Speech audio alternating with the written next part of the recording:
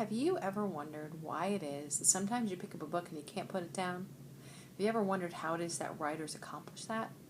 Well, that's what we're going to be looking at today.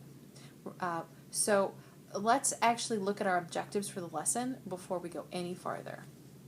The first thing you're going to do is examine how writers engage readers using something called a lead. And after we sort of talk about that a little bit, we will be defining the 5 types of leads. So by the time you're done with this lesson today, you should be able to define the 5 types of leads and sort of understand in general how leads work. So, what is a lead anyway? Now, you may have heard of them before, and you may have heard them called attention grabbers. That's pretty much the same thing as a lead.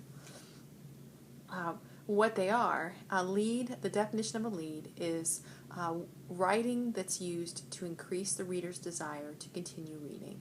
So they purposefully craft it to make you want to keep going. And it can be anywhere from one sentence, if you're talking about a short essay, like the theme paper that you'll be writing for me later on this year, or it could be several paragraphs or an entire preface, depending on the length of the work. So the writer thinks about his audience and crafts the writing to match the reader and to engage that particular reader at that time. Now, these types of leads show up anywhere. They can be in literature, they can be in newspapers, they can be in fiction and nonfiction. Anywhere that you want to keep people reading, you're going to use a lead. And you'll be using leads throughout everything that you write for me throughout the rest of the year. So let's talk about the 5 types of leads, okay? The first type is the startling fact. And this is where you catch the reader's attention with something that they've never thought of before or something they thought of, and you're presenting it in a new way. The second type of lead that we'll be looking at is a question. This can be a question that you plan to answer, or it can be a rhetorical question that has no answer.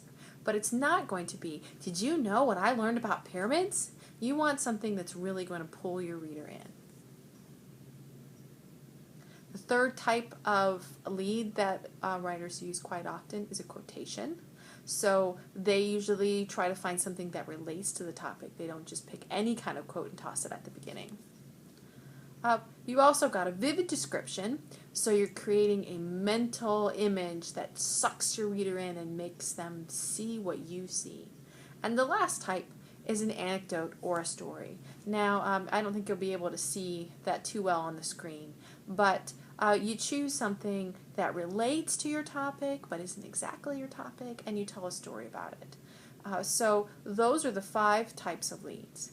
Now, in the next video, we're actually going to look at individual examples of leads, and we will then see if we can look at some writing and see if we can figure out what exactly is the kind of lead that you think it is.